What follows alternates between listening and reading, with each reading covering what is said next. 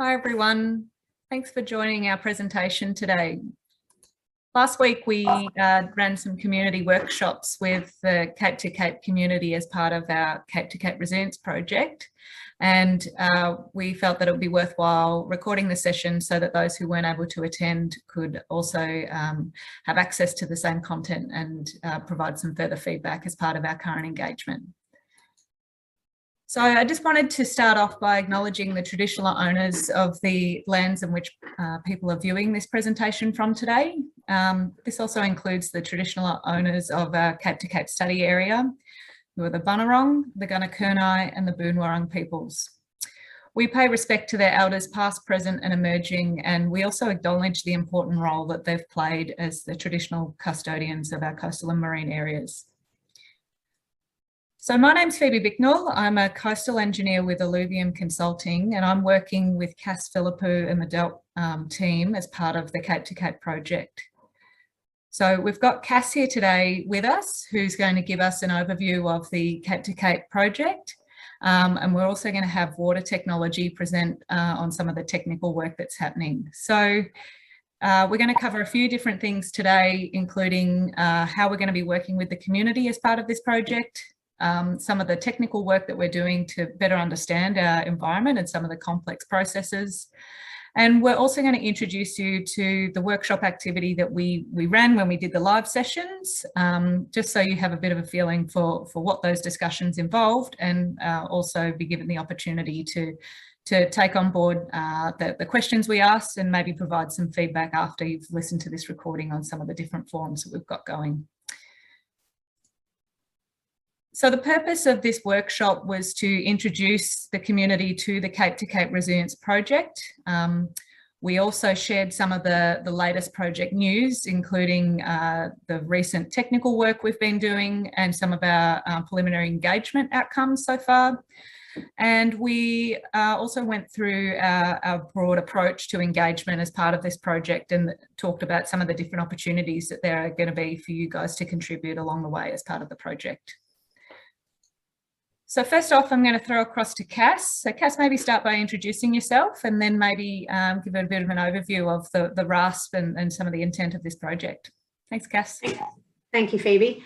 Thanks for joining us, everyone. I'm glad we've had this opportunity to present this to you in another format, because we really want to reach out to as many people as we can, and being able to have this available on Engage Victoria for you to view and understand, and especially to hear some of the technical work that's been undertaken and explained, because it can be pretty complicated. So I hope you enjoy the rest of the presentation.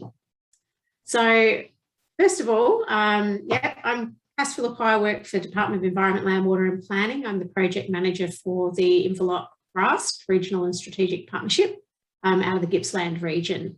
I have some other colleagues who work closely with me, mainly in the Community Partnerships and Engagement team, Kirsty Hearn and Michelle Kearns, and they do a lot of the work that we're doing with Alluvium and also with Water Technology.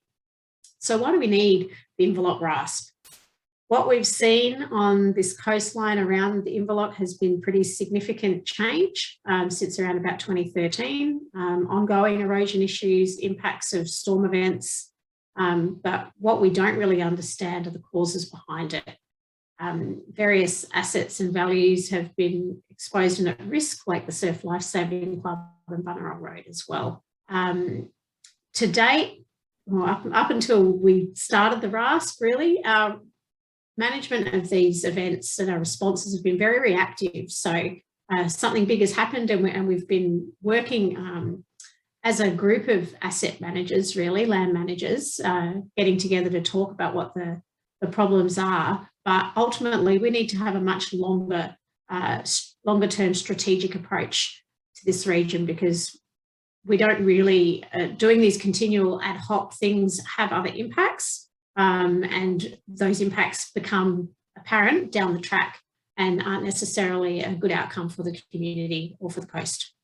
So we've used a range of different options to date, including installing wet sand fencing in front of the Surf Lifesaving Club and Bunurong Road, sandbag a large sandbag seawall in front of the Surf Lifesaving Club, which is doing a terrific job of protecting that particular asset for the community. A rock revetment in front of Bunurong Road as well, and some intermittent sand renourishment where it's needed to take place.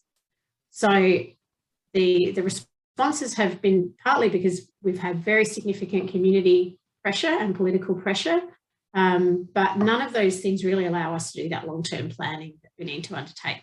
So in terms of developing a regional strategic partnership, this allows for us to take a much more strategic approach to what we're doing, to understand better what the causes are behind the erosion that is being experienced and accretion in other parts of Inverloch as well, and use that evidence to help us make better decisions.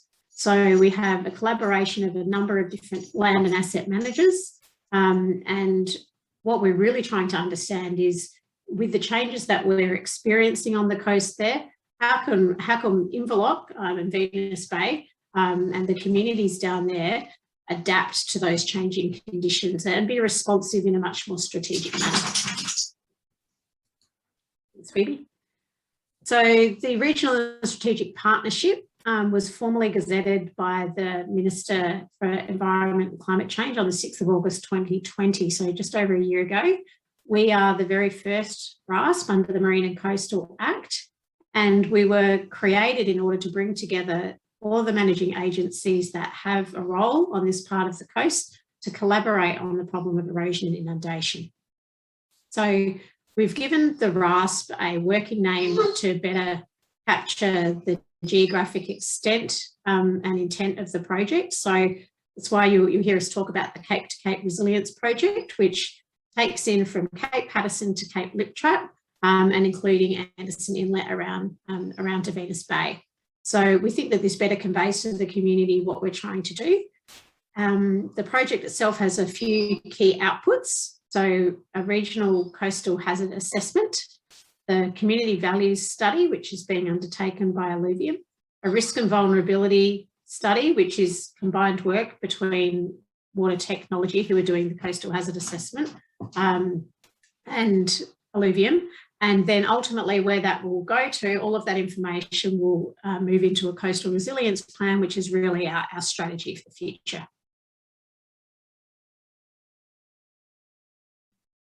So our RASP has 10 partners. We have our traditional owners, the Bunurong Land Council Aboriginal Corporation, as part of the partnership, and 9 managing agencies who have responsibility for coastal land assets and infrastructure in the region. So and our project team is still doing the project management, Water Technology as our coastal engineers, Alluvium, our coastal strategists and engagement consultants, and working also within quite a lot of different parts of Department of Environment, Land, Water and Planning, where there's other experts to assist. So this part of the plan for the project is to undertake the hazard assessment, the values study, a cultural values assessment, which is being led for the registered Aboriginal party area of the Bunurong, by the Bunurong, and we'll be undertaking further cultural values work with our other traditional owner groups, the Gunai Kurnai and the Boonwurrung. We've also formed our stakeholder reference group and launched our project. This is sort of moving into mid to late 2021, undertaking our coastal risk and vulnerability assessment, and that will help to inform the coastal hazard assessment and adaptation modelling report. Combined with that, we're undertaking an economic assessment by some economics experts that really will be looking at different drivers and values in an economic sense within the region, and how that might help us to inform what adaptation options are available for the community in order to move into that resilience planning phase. So at the moment, we're in this early part of the hazard assessment and values studies. That's what we're going to be talking more about today.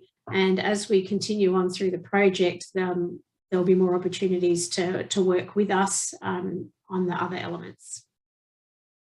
So thanks, Phoebe. I think, oh, it's still me. So in terms of resilience, we found that it's a word that's been used in many different contexts. and it's gained a little bit of momentum, and it really just talks about the ability to cope and adapt to changing conditions. For us in the coastal environment, the things that we need to look at in terms of resilience are how resilient is our physical environment in terms of things like beaches and dunes and the vegetation, our community, so how people behave and what they expect in terms of their interaction with the coast, and how resilient is the economy, so tourism services that use the environment that might be impacted, local industries that use the coastal environment as well. So understanding what we mean by coastal resilience is an important element to the project. The resilience plan that we'll be developing will use the technical and strategic information that we gather, along with all of our understanding of community values, which is what we're gathering at the moment in this phase of engagement. And that will help us to shape what the adaptation actions and pathways are available to us for this area of Inverloch, and specifically in terms of adaptation options and modelling, we'll be looking at the high resolution study area, which is around about a 5 kilometre section of coast that takes in the surf beach around into Anderson Inlet on the Inverloch Township. And all of those things will enable us to respond and adapt to the changes that we're seeing now and into the future. There are lots of different ways that we can increase our resilience, and by working with us through this process, we hope that we'll all come along for the ride and have input and understanding of what that resilience means for us. So overall, in a snapshot, what we're doing for the Cape to Cape Resilience Project is combining our latest science and technical assessments, the community aspirations that we're getting out of these engagement processes, and developing this long-term plan to manage these important places in the Inverloch and Venus Bay regions, along with the assets, the physical assets and other values, often intangible values, into the future. Thanks, Cass. So I'm just going to step through a little bit now about how we would like to be working with the community of the Cape to Cape region. And also by community, we mean people who live there, work there, visit there, or people who are just interested in the region as well. So we see engagement with the community as a really core part of successful outcomes in delivering this project.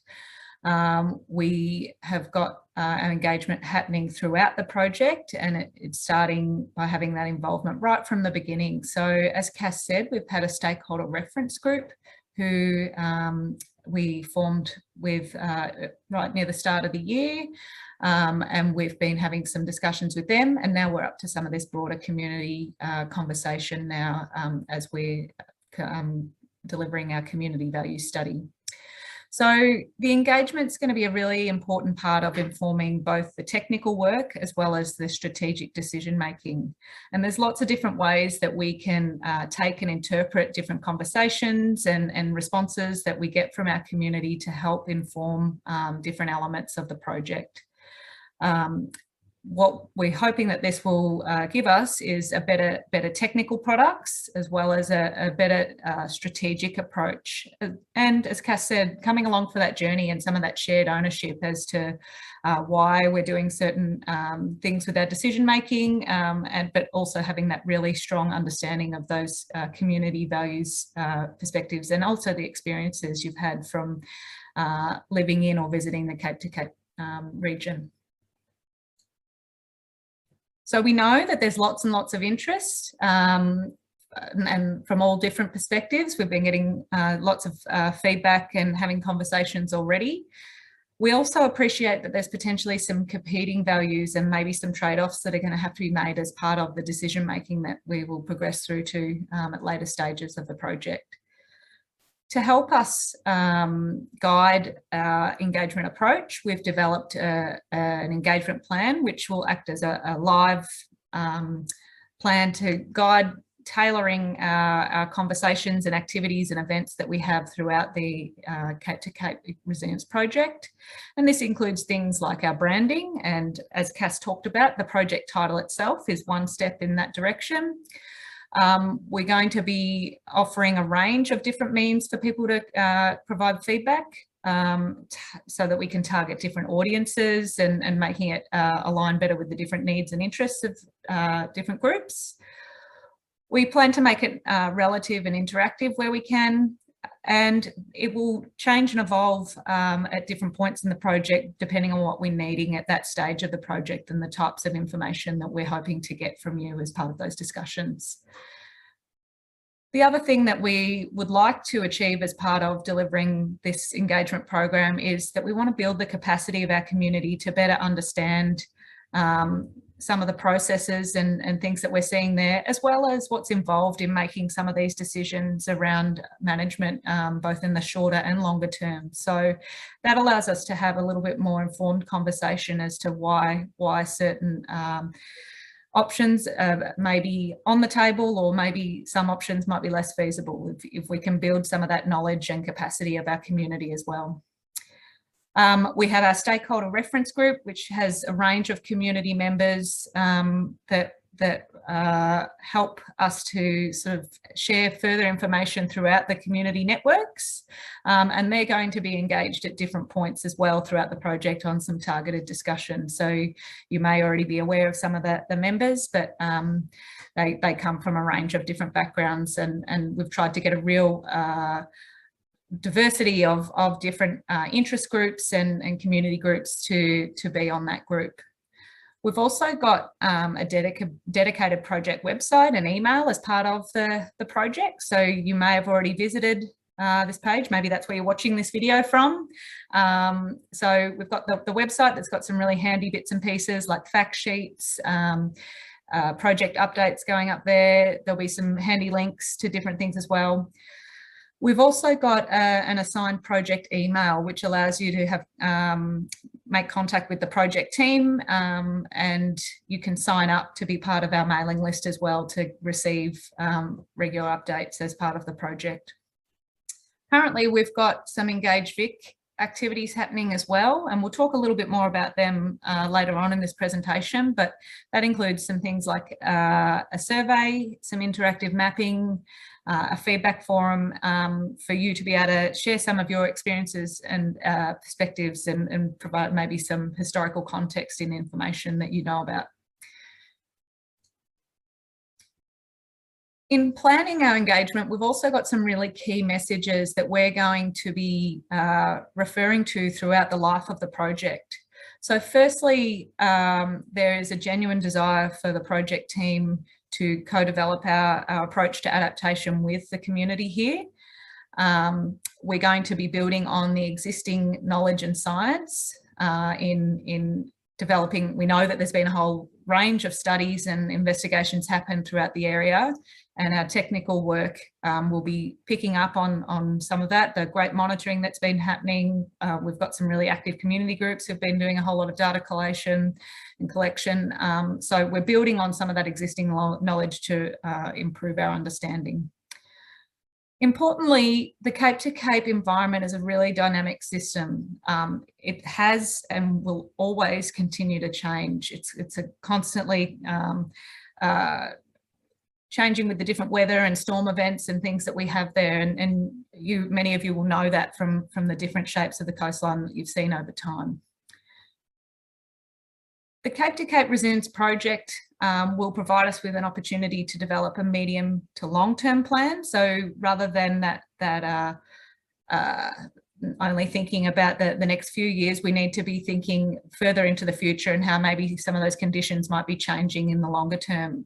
The project also intends to refine the existing data and understanding to help inform our decision making. For adaptation, we will be the approach we will take with that will be in accordance with the Marine and Coastal Policy and the legislation in that space. Where when it comes to resilience and some of the options available, we're going to be considering a range of options. And at this stage, we would like to think that most options are all on the table at the moment because we're right at the start. We are still willing to consider a wide range of options for how we best respond to improving the resilience of the coastline here. And lastly, an important thing to take away is that this is about strategic planning and decision making. It's about being proactive rather than a reactive approach in managing this coastline. Our community value study is going to be a really important piece that informs a range of different parts of the overall project. So currently a lot of our conversations are focused on that community values aspect and also the experiences of our community. In addition to the current engagement that we're doing, we're also bringing together various pieces of existing work to help inform that value study as well. So this includes things like regional projects, other coastal projects that have happened both within the region and also more broadly across the state. We've got a whole lot of the work that the South Gippsland Conservation Society has been working hard with the community to put together over the last few years. And we've also been having some really good preliminary conversations with stakeholders in our community. This value study is also going to be integrated with the cultural value study. So the Bunurong Land Council, as the registered Aboriginal party, is undertaking a formal cultural values study, and we're also having some targeted discussions with Glawak and with the Boonwurrung people as part of this piece of work. So as I said, the value study has the opportunity to inform a range of different steps within our overall project. It will be used as part of scoping up some of our coastal hazard assessment and making sure we're capturing all the important aspects within our technical study. We've got ways where it can inform the risk and vulnerability and our approach to risk tolerance and the consequence associated with different values and assets. It can inform the economics and how we value different assets within these areas. And it can also be used to shape up that broader approach to adaptation and people's preferences around different management actions, potential pathways and triggers associated with that.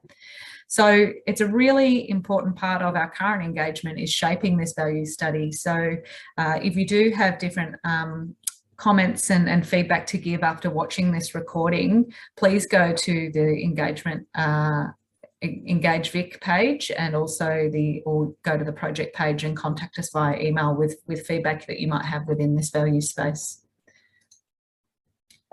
So we're now going to step through some of the technical work that's been happening as part of the coastal hazard assessment. So Elise from Water Technology is going to give us a bit of an overview. Keep in mind that there's a bit of detail in this next section. We've also got some fact sheets and web content to help give some additional understanding on some of these more technical elements as well. So just firstly, to help set the scene, we are trying to better understand the coastal processes so that we can make some better decisions about medium to longer term planning. So keep in mind that we're talking about natural processes, things like wind, waves, tides, currents, catchment flows, things like that are responsible for moving sediment and sand around our coastlines and shaping the coastline. So sometimes these natural processes can impact on the things that we value, the ways that we use the coast and enjoy the coast. The other thing to keep in mind is that these processes are complex. So it takes time and it needs the right data and methods and expertise to help bring all of this together. So that's what Water Technology are working hard to do right at the moment.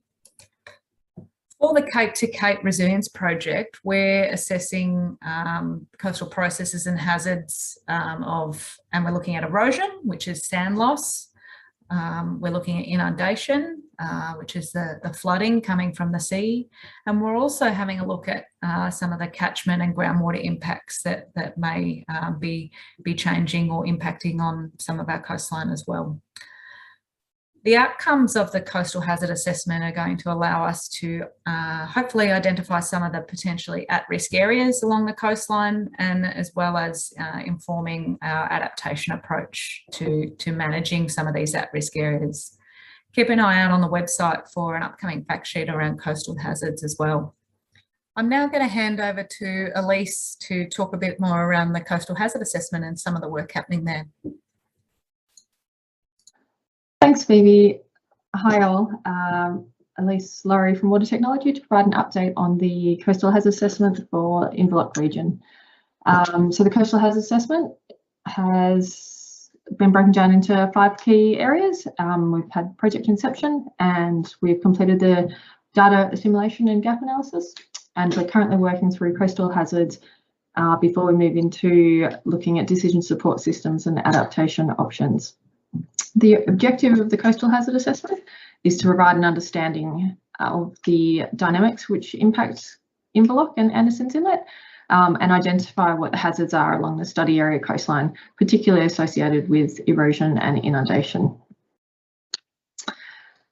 The data gap and analysis has been completed, so I'll give a quick overview on what we looked at there and the outcomes of that part of the study. So as the first section of the data assimilation was to actually contact all of the regulatory authorities and agencies in the study area and see what type of data they had and what condition it was in and how they were able to provide it to us.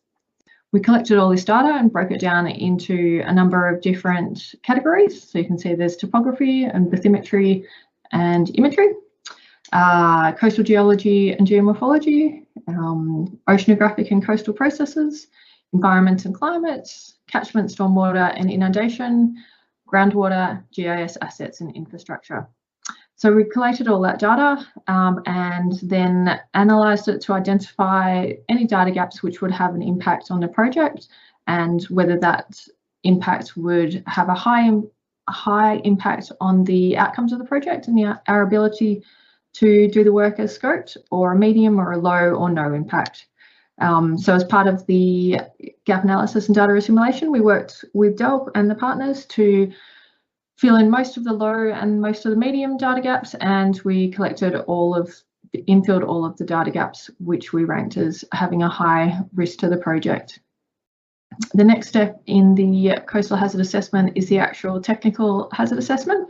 So we're currently working through that at the moment. It's quite a large piece of work. There's lots of complicated relationships with the coastline at Inverloch, from the open coast at Venus Bay through the entrance and into Anderson's Inlet. So we've got a whole pile of input data, which is a short summary here. So again, lots of this data we collected as part of the data collection project. We use this data to generate numerical models and then assess coastal processes and investigate what the main drivers are in the system before we produce inundation and erosion hazard mapping layers, so we can identify the areas which might be at risk for the future, and from that we look at risk and adaptation options which might help to mitigate or help the community to adapt to the hazards. So focusing in on some of the input data that we've been looking at, bathymetry, topography and imagery is missing from that one. Aerial images are available online quite a lot these days. Google Earth's got a good back catalogue, and the state government's also been collecting aerial photography since the 1950s. And you can see this image here shows Inverloch in 1950, just a small little settlement, compared to 2019 when this latest image was captured. We've traced out the position of the shoreline. The red line here you can see is the coastline in 1950, and the green line is the extent of the vegetation in 2019. You can see there's some big changes here between the position of the Air Creek Lake.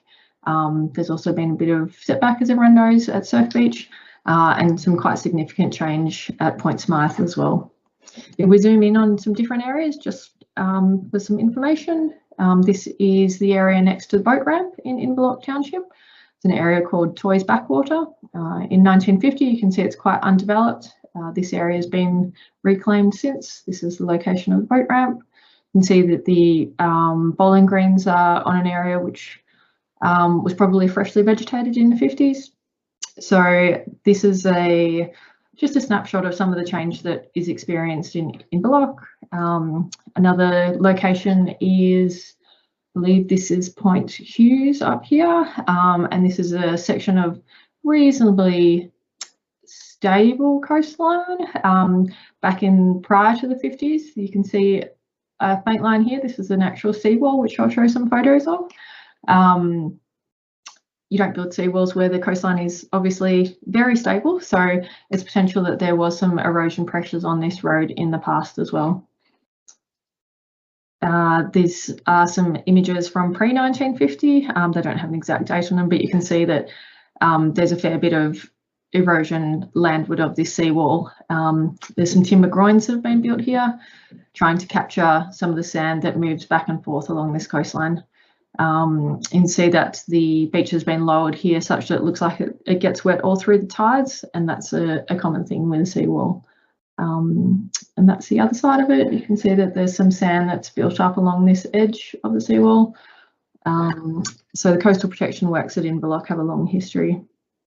Along the surf beach, this is the northern arm of Wreck Creek and the western arm of Wreck Creek coming along and onto the surf beach. You can see this spit of sand that's been pushing Wreck Creek has probably come along from the west and pushing the creek backwards before it turns around and comes back onto the beach. The green line indicates where Wreck Creek was in 2019, and we know that now Wreck Creek is back towards here, the current entrance, and it's looking a bit vulnerable as well along this stretch of coast here. So that's the kind of thing that we start to use to look at long-term changes of the coastline and build that into our erosion hazards. We also look at the changes in bathymetry. So within the entrance itself, this is a statewide digital elevation model of the seabed and this data was captured around 2009. And this is a survey we captured for the project in April this year. And the purple and green are difference areas. So where sediment has actually moved, that's purple, and where sediment has infilled a channel, that's green. So the purple areas are deeper, so you can see that this channel has actually moved from where it was in 2009 to where it is now, the green to the purple. So it's becoming a bit more windy. You can see that in 2009 there were two channels, a small one on the eastern side and the main one on the western side, compared to 2021 where it's just the main channel. There was also Gippsland Port's captured survey in 2020, and even between November 2020 and April 21, we're still looking at change of up to a metre as that channel shifts within the entrance. Other data that we've captured and we'll put into the model include climate change projections, the Gippsland climate change projections from the downscaled model from CSIRO and DELP indicates rainfall reducing over the long term, but with more extreme and more intense storm events, which we'll incorporate into our work. And the sea level rises that we'll be looking at in terms of future planning are 0.2, 0.5, 0.8, 1.1 and 1.4 metres. So I'll swap over to Christine and she'll give an update on the work that Neville has been doing, updating his previous work for the South Gippsland Conservation Society, and she can step through some of the images provided there. We've done a lot of work on the geomorphology of the region. Neville Rosengren, who many of you may know, did work previously for the Soil Conservation Service, and he has extended that work that he's done previously to enhance our understanding of the area. I've just put up a couple of his great maps that he does for these sort of projects. The one on the left hand side shows the geology of the system and some of the ridges and faults that run through the area. And then on the right hand side we have a very interesting map which shows the shoreline of this particular part of the world around about 100,000 years ago in the last interglacial maximum. And at that time the sea level was about 5 metres above current, and you can see in this at that time period it was actually an open embayment, so there wasn't the big long spit that forms the Venus Bay coastline.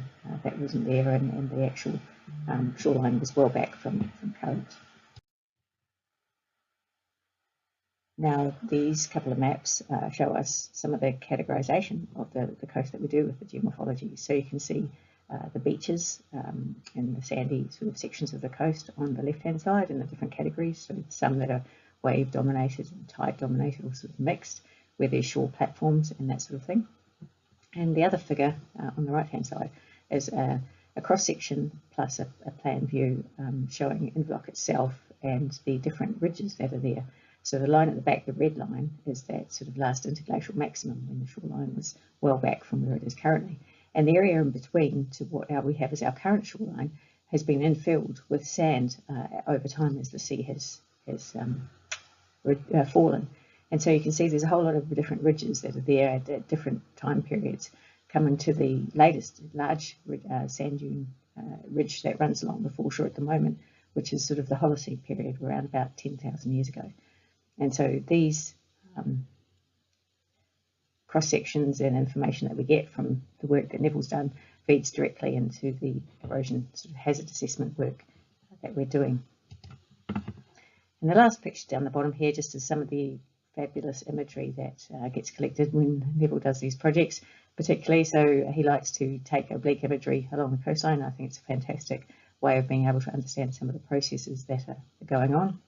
And this is a picture looking along the main beach, showing the wave-dominated area. And this, we have been seeing a lot of that erosion. Then you look through into that wave and tide-dominated section through the entrance and the build-up of sand and the lagoon that's formed at Eyre Creek and that sort of area. And we've been lucky enough to be able to capture a lot of this sort of imagery right along the coast, and that really helps us to sort of look at what the shoreline morphology is, how it's been adapted to the wind and wave and other conditions, driving forces around the coastline, and then what that might do into the future. This last slide here is a bit of a summary of some of the information that he's collated throughout the process and some of the changes that we've observed along these parts of the system.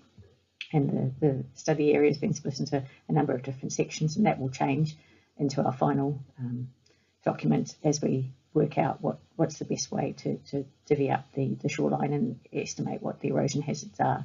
But these just give you a bit of an idea of some of the different changes that have occurred based on the information that we've gathered through various assessments. Thanks, Christine.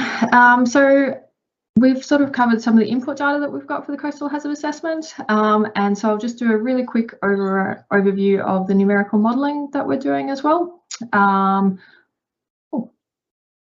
We've got a number of numerical models. This data is from a fact sheet on the project website. So it sort of explains what coastal models are and why we use them. Basically, we get to investigate a whole lot more scenarios on a computer than we can do in real life. So that's the key use for modelling. The models that we've generated for the Inverloch project include an ocean hydrodynamic model, which looks at tidal water levels and currents, and we've combined that with some ocean wave modelling outputs from the University of Melbourne. That's just a picture of the model area. You can see Western Port, Corner Inlet, and the triangles represent the resolution of the model. So it is quite fine along the study area coastline and into Anderson's Inlet. We've used a whole bunch of inputs from the bathymetry and topography, the sediment data, lots of climatology data, and oceanographic information as well. From the model, we use some of the data to look at coastal processes along the Venus Bay coastline and calculate the amount of erosion that you might get from a significant storm event. And that data goes into the generation of erosion extent maps and the inundation maps as well. Another model that we have done is the Anderson Inlet model. So similar style model to the ocean model. We're running water levels and tides and storm surges and waves into the entrance, and then that elevated water is coming up the Tarwin River, and we'll use this model to look at the inundation of the low-lying area around Anderson's Inlet, and the potential for erosion during storm events along the coastline. So again, the output data is used to generate those extent maps for coastal erosion and inundation. These mapping outputs, we provide those to DELP, and they're working with the CSIRO to develop a decision support system. This snapshot here is from the decision support system generated for the Port Phillip Bay Coastal Hazard Assessment, and you can see there it's just a slider which allows you to look at different inundation levels. So that is me. Yeah, we're working through the project and we're trying to get through it as quickly as we can. So back to you, Phoebe. Thanks, Elise. So this coastal hazard assessment is going to be a really important part of increasing that understanding of these complex processes. Remembering that these are natural processes that create and shape our coastlines, and it's that thinking around them as hazards becomes more evident when they're impacting on people and how we use and interact with and enjoy our coastlines. So to inform our strategic decision making, not only do we need to better understand some of those processes, but we need to have a good understanding of those values and assets in which they sort of intersect with a little bit more. So some of the other pieces of assessment that are going to be coming will look at things like exposure and how some of our values might be impacted by coastal hazards, and whether that's now or in the bit longer term. And then we're going to start having a look at risk and vulnerability, as well as some of the economic implications that may arise as a result of coastal hazards. Our economics will also be used to help set the scene for understanding that feasibility or that economic case for adaptation, and when it might be an appropriate time to start putting in different measures to help manage coastal hazards. So all of these different parts are going to help us to start shaping an appropriate adaptation response and help to increase the resilience of the coastline. When we think about Victoria's approach more broadly to adaptation on our coastlines, we've got a program that's currently happening at the moment called the Victoria's Resilient Coast, Adapting for 2100, which is going to be a statewide approach to hazard resilience and adaptation. So the timing of our project means that we've got an opportunity to help lead the way for Victoria in this space and potentially act as a bit of a pilot for some of the work that's happening under this current Victoria's Resilient Coast program. We have to ensure that our approach to adaptation aligns nicely with the policy, the Marine and Coastal Act and the Marine and Coastal Policy. So the other thing is that there's lots of different adaptation work and adaptation planning, resilience planning happening all over the place. We can take lessons from across the country and from other communities who are going through similar experiences that are trying to make some longer term planning decisions. So it's not like we're the only ones who have ever experienced this, that there's many others that we can learn from. The other thing to keep in mind is there might be some parts of our coastline that might look very different into the future. So we need to start thinking about change and maybe the future, our current coast isn't necessarily what our future coast looks like. So these are things that we need to start bringing into our conversations when we're starting to think about adaptation. As I said, the outputs of the coastal hazard assessment allow us to start thinking about our asset exposure, the risk and vulnerability, and some of the economic impacts associated with that. And when we start to think about adaptation, in the Marine and Coastal Policy, there's some really clear aspects that we need to have a think about in terms of adaptation pathways and the order of which we need to consider some of the available options. So we're going to be thinking about that when we get to later stages in the resilience planning phase, and we'll probably revisit some of these concepts in our next conversations with the community as we progress with the project.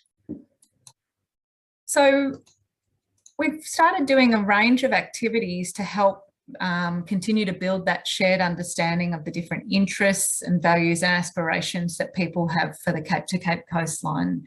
As I said, this value study is going to be informing the coastal hazard assessment, the risk and vulnerability work that we're doing, the economics, and then the overall adaptation and resilience planning. We worked through some activities with our stakeholder reference group at our project launch a few months back, where we talked about some of the drivers of change and things that influence our coastal areas. And that can be things like physical processes and events, but it can also be things like social trends and behaviours. It can be things like political climate. It can be infrastructure. Hey, a road was built through to the community, or we had a subdivision happen here and we've had a whole lot of houses pop up, etc. So there's a whole lot of different things that impact on our coastal areas and how we interact with the coastal environment. By getting a bit of this understanding of the history, it helps us to better plan for some of the future, because we've seen some of the change that's come and gone in the past, and we can be better prepared for the future in different ways. So we started to build a bit of a timeline based on some of the feedback we heard from our stakeholder reference group. And we also started to have a little bit of a think around what happens into the future. And what a resilient coast might look like. In our community workshop for this session, we actually started to have a little bit of a slightly different conversation around two key things. So firstly, we had a look at some of the things that people were really concerned about for the Cape to Cape coastlines. And we also had a conversation around what a good outcome looked like for these areas into the future.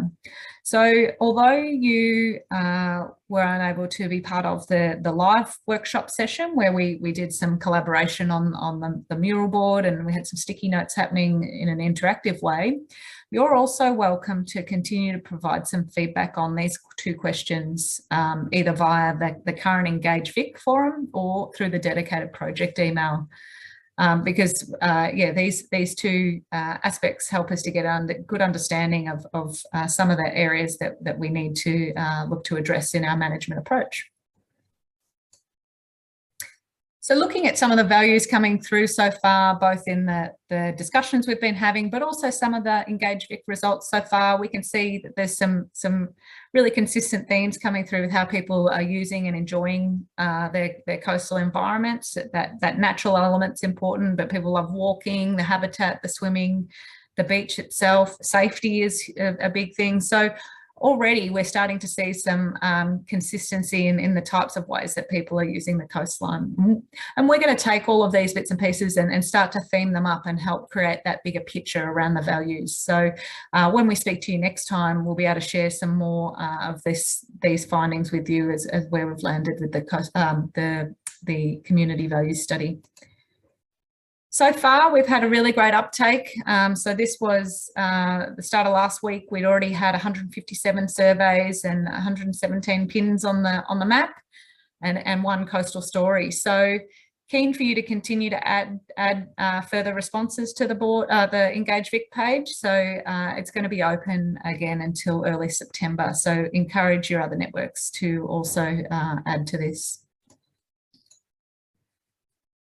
So in terms of our next steps, our project team's going to continue progressing with the coastal hazard assessment and the value study. And as I said, we're going to be also integrating some of the cultural values work that's happening into our assessments as well. For our current community engagement, that's going to be open until early September. So we encourage you to share this link, or let your networks know that they are able to provide feedback and add to the activities. You can also continue to stay up to date via the project website with a range of online content there. Some of the project updates will be put there, and we're continuing to add fact sheets to that page as well. When we see you next, our conversations are going to be reflecting on the outcomes of our coastal hazard assessment and our value study. And we'll start to shift our focus away, not just from our current and previous experiences, but starting to look towards the future and what our adaptation could look like, and start to shape our approach and get an understanding of some of your thoughts and preferences in this space. So I just wanted to thank you for taking the time to listen into this recording.